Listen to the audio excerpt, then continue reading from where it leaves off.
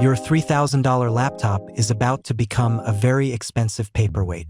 You think you're up to date because you have the latest chip and a shiny screen, but you're actually standing on a platform that's being dismantled while you sleep. For the last 15 years, we've been told a lie. We were told the cloud was the future.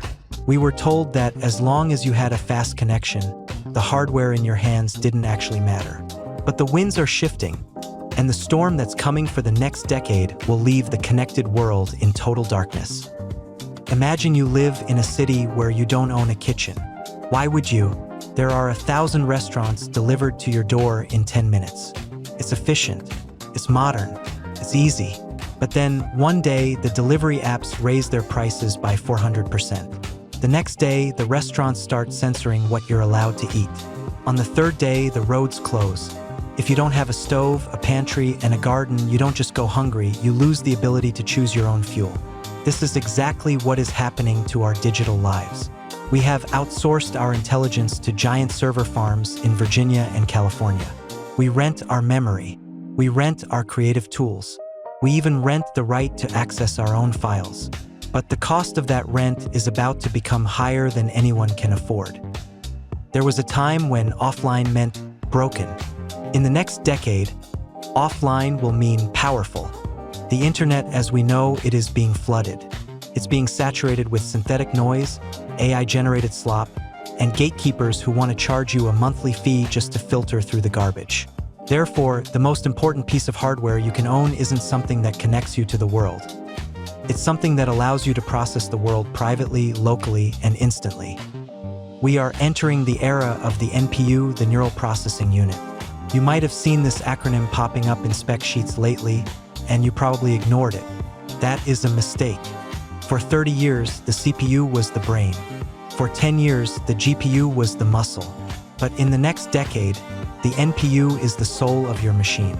It's the specific piece of silicon designed to run large language models and generative systems without sending a single packet of data to a corporate server. If your hardware doesn't have a dedicated NPU with high TOPS performance, you are essentially trying to run a modern marathon while breathing through a straw.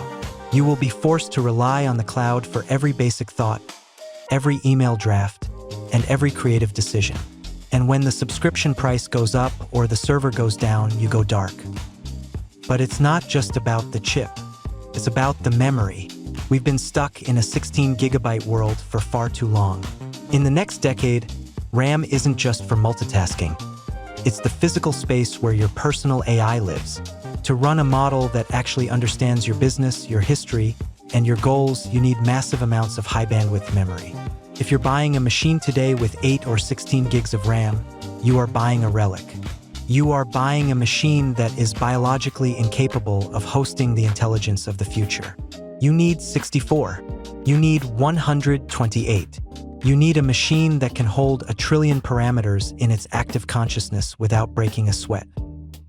Think about the way we store things. We've become lazy. We trust the cloud to hold our photos, our documents, and our secrets. But the cloud is just someone else's computer, and that person is starting to look through your drawers. The next decade will be defined by the digital homestead.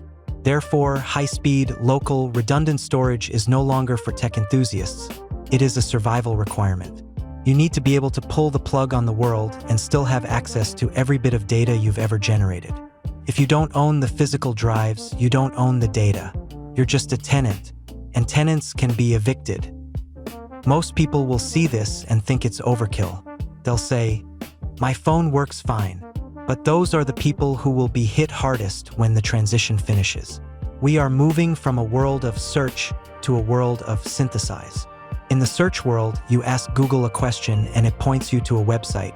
In the synthesize world, your local machine looks at the entirety of human knowledge, cross-references it with your specific needs, and builds a solution in real time.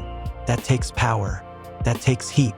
That takes hardware that you can't fit into a device designed to be thin and pretty. The divide between the haves and the have-nots in 2030 won't be about who has the most money. It will be about who has the most compute. If you have to ask a corporate AI for permission to think, you are a digital serf. If you can run those same models on your own desk, using electricity you control and silicon you own, you are a sovereign individual. You become a one-person army, capable of doing the work that used to require a department of 50 people. The hardware you need to survive isn't about gaming or spreadsheets. It's about building a fortress around your mind. It's about ensuring that when the rest of the world is struggling to pay for their intelligence-as-a-service subscriptions, your machine is still humming along, working for you and only you. Stop buying devices that are designed to be gateways to someone else's ecosystem. Start building the infrastructure for your own. The future belongs to those who own the means of local production. Don't be a customer of the future. Be the owner of it.